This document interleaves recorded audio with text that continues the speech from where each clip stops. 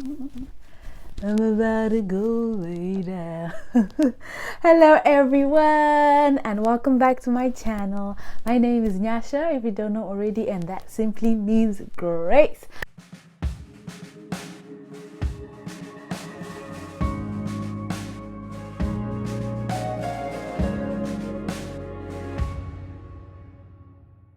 I'm super excited to share to you my part 2 of the 1 year UK update. This is the dislikes. My dislikes so far, 1 year been in the UK. If you haven't watched already the 1 year UK update with me sharing the likes, please find it linked somewhere here.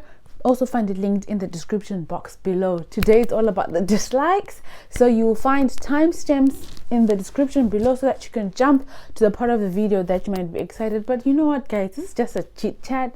I hope you can watch through the whole video and enjoy it. So this is the part 2. If you haven't watched part 1 yet, please go and watch part 1.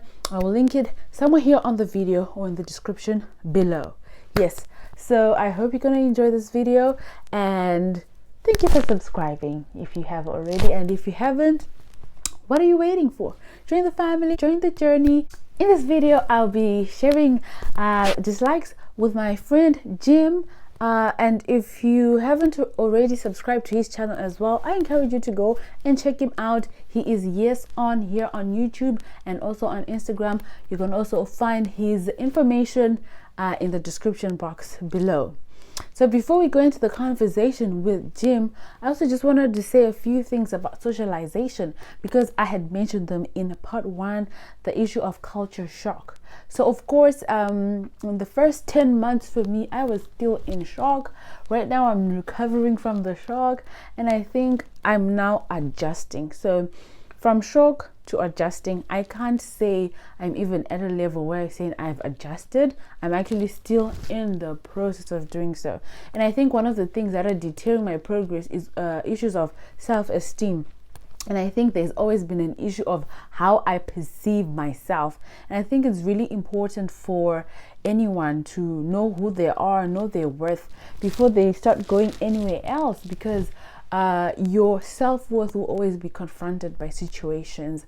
And so I'm still dealing and still trying to adjust, because a lot of the times you feel like people are not as welcoming.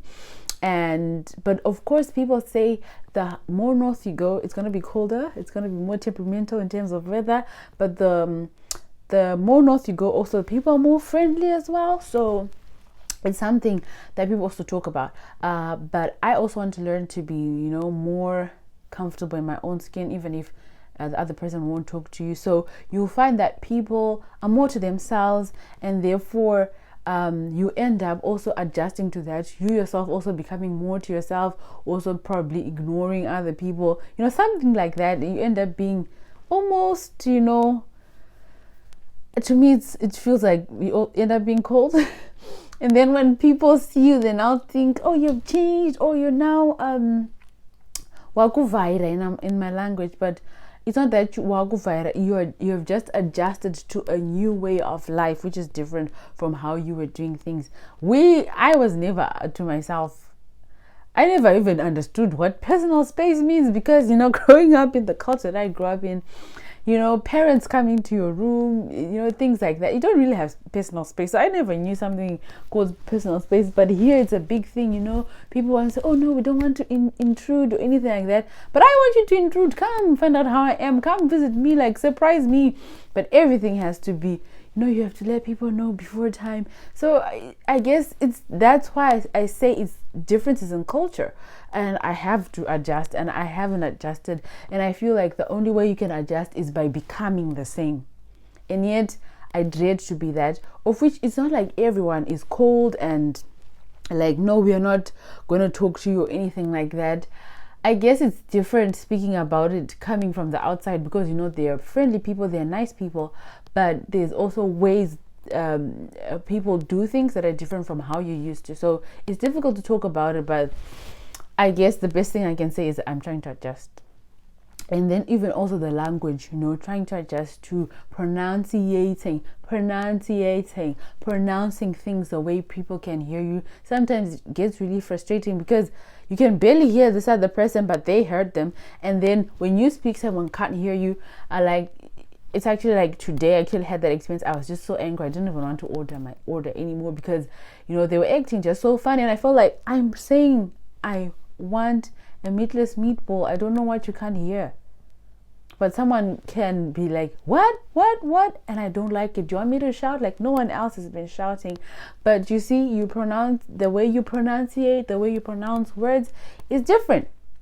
So it's going to be hard, but you're going to adjust. So for me, after 1 year, I'm still struggling, guys. And I think a lot of it comes from how I perceive myself and how I think others are perceiving me, right? Right? And I also wanted to mention that on the issue of pronunciation now, even people back at home, I think, oh yeah, wakuvaira, you know, you're now, you know, up there, you know, you're talking this way.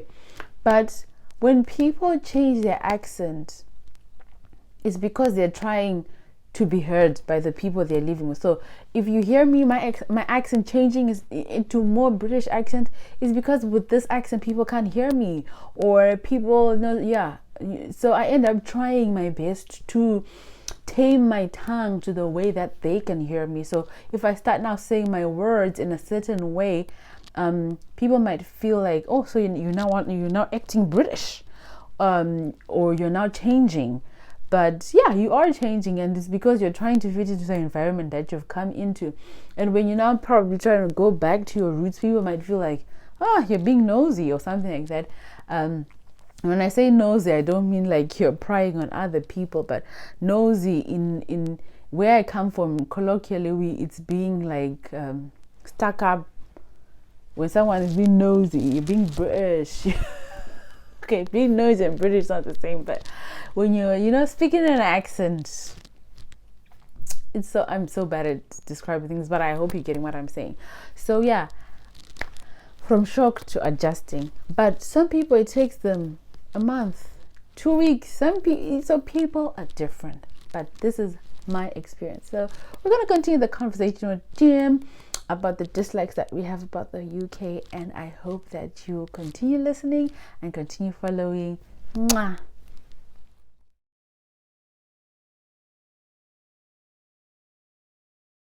He talked about the weather as a good thing. Yeah, you don't want it? I find it very depressing, actually. Really? Like the cold and I love cold weather, but I don't want it every day.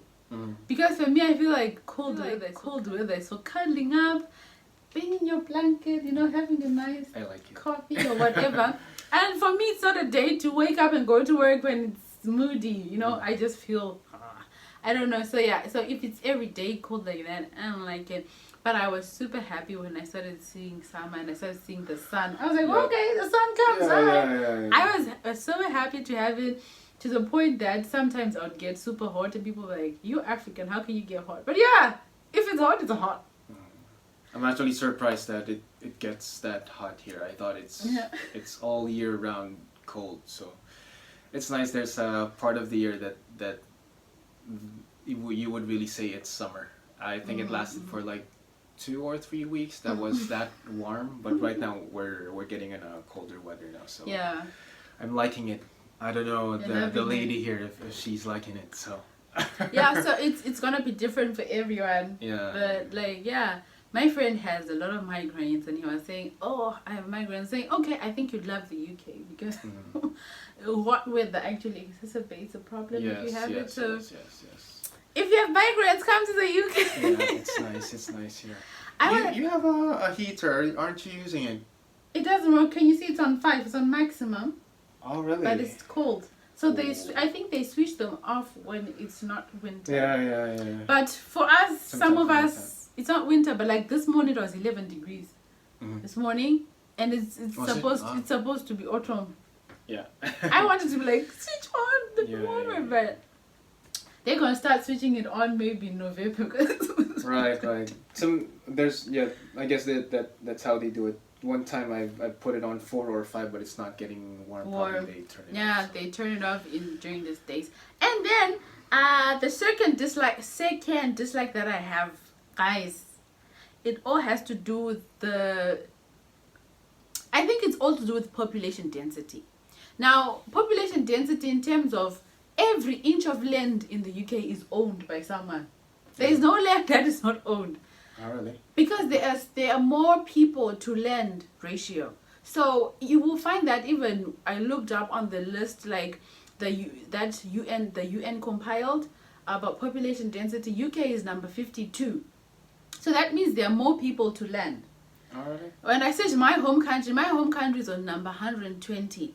So there's like 277 people per square kilometer in the UK, and then there are 37 people per square kilometer in my country. So 277, 37. So I was used to, having a lot of land, a lot of space, Even the roads are wide and stuff like that. But you'll find that with a higher population density, you'll find that UK has very narrow roads. I'm afraid to even start driving in the UK because of how narrow the roads are. And not only that they are narrow, people also park their cars in the street because there's not much parking spaces. Also, you find that in some roads, people actually park in the street. So imagine a narrow road, and then there are also cars, so you have to be avoiding. So I've actually been watching like videos for learning to get your driver's permit here. I was seeing a lot of learners actually learn how to overtake parking cars. It's so crazy, but that's one of the maneuvers you need to learn because you will find parking cars. Because there's just, to me, I don't like it. Honestly, I'm gonna get used to it, but the population density is quite high, and this is what leads to people having smaller houses. The house is quite small. There are bigger ones. That's what makes the housing also very expensive because land is scarce. So the scarcity of land upscales everything else. The rentals become high, and for you to find a place in the village, like I said, I love the villages. For me to get a place in the village, I'll start thinking about $250,000 to get a place like that. So yeah, population density causes all of these other things, the expense and all of that. So yeah, I guess it's also depends on where you're at here in the UK. Cambridge it's a university city, so yeah, so it's a bit there's more really expensive. more people here, but probably on the farther northern side or western, just farther from London, there's more space. More there. space, But yeah. you know how it works. Cities, that's really where people are going to focus and concentrate. So there's really more people here, less land, I guess. Yeah. And the next dislike that I have is, the high taxes. Yes, healthcare is free. Yes. Healthcare is free, but it's not cheap. Yes. Healthcare is free, but it's not cheap. We do pay some taxes, but you do find at times, if you really compare with people who actually pay health insurance and all of that, I think it can all add up, and I think it might come up to be a very fair price. Although sometimes if you're not used to having 20% off from your salary, it might be a little bit. So if you earn anything between 15,000 to 50,000, you get 20% off in tax. But anything that is higher than that, the tax also gets higher. I think the next cutoff is 40%. If you get higher than that on the bracket. Yeah, 40% takes up. Yeah. Yeah. So you really gotta look on how much you earn. If you're really a workaholic, you don't want to exceed that bracket just because your tax is gonna get higher as well. So, but I don't think we're gonna reach that 50K. That's like almost double of what I'm having. So yeah, there are some who do that, and all of these monies are per year. Don't think we're earning these monies per month. It's gonna add up. So, well, when it comes to tax, just to add up on it, it's not that bad.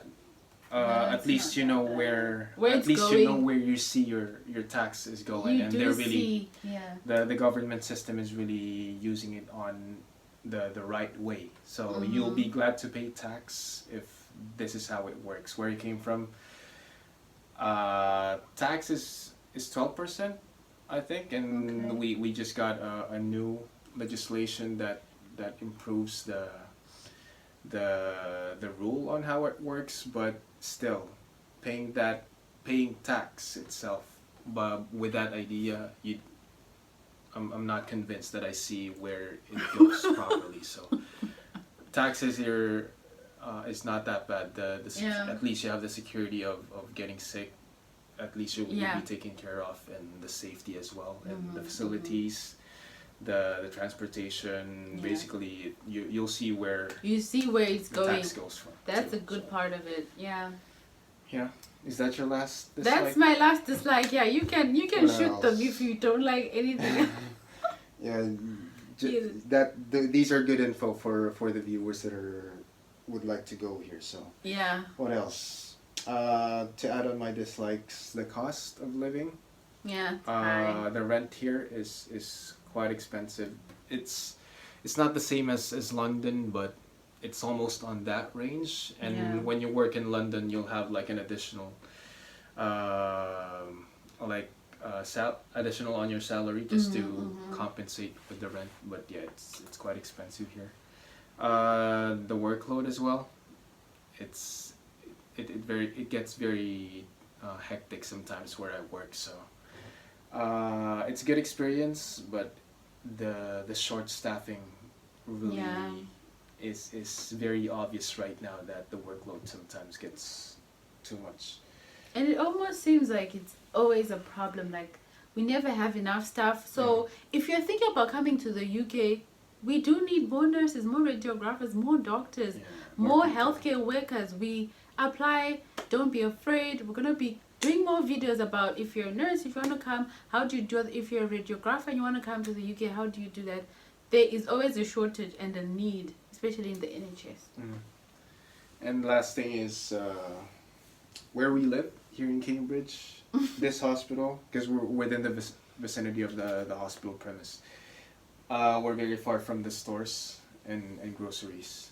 It's not very far. You can ride a bus, but it's not close enough for you to walk.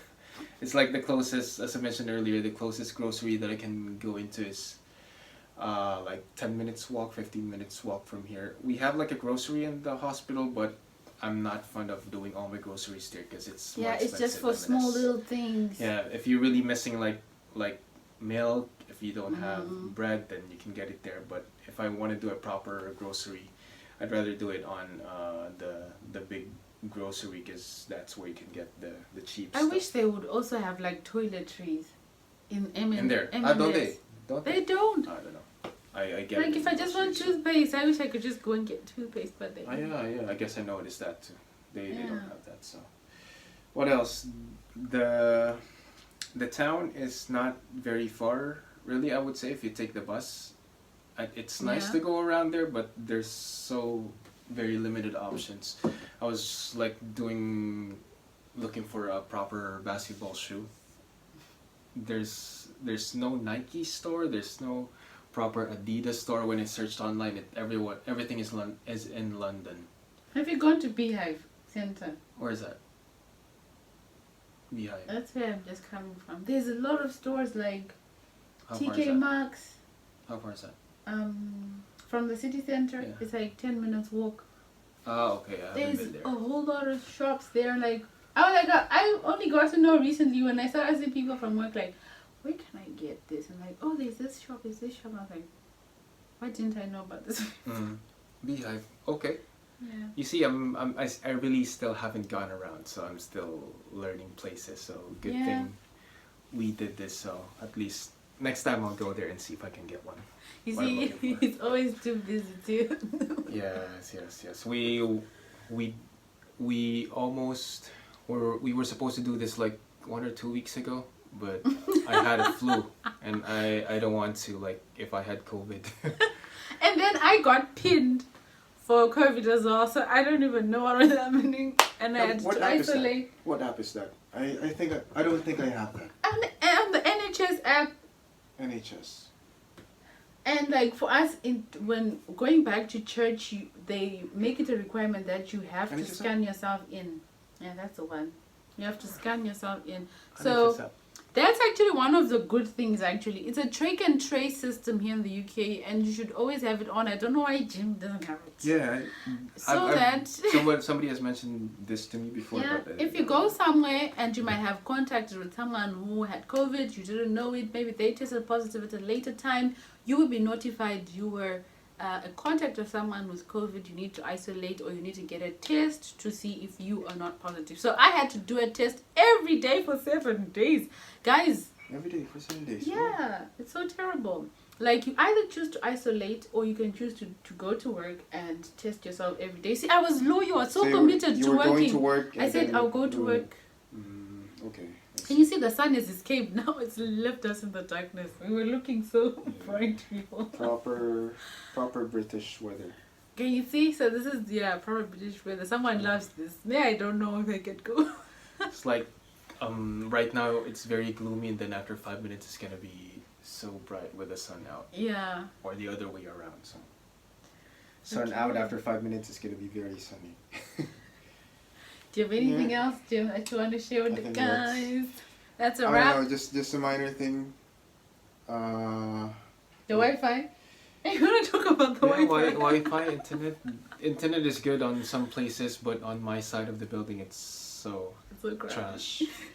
And also, yeah, when it comes to the flat, we live in like one flat with 4 rooms. I don't know if that's how you see it, but it's like a hit and miss if you'll be lucky with your flatmate. So yeah, I have that's one the thing. that's like bugging everyone. So yeah, it's a hit and miss. So you don't get to choose your flatmate, so you just, yeah, it's a hit and miss. You have to pray. If you pray, Lord, I like my housemates.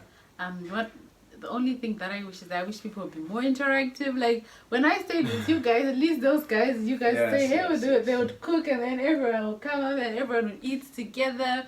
I thought that was nice. I thought that was really nice, because now I don't get that. I don't get, when you're trying to say, let's eat together, anything like that. I guess we're one of the good batches. We did go along together.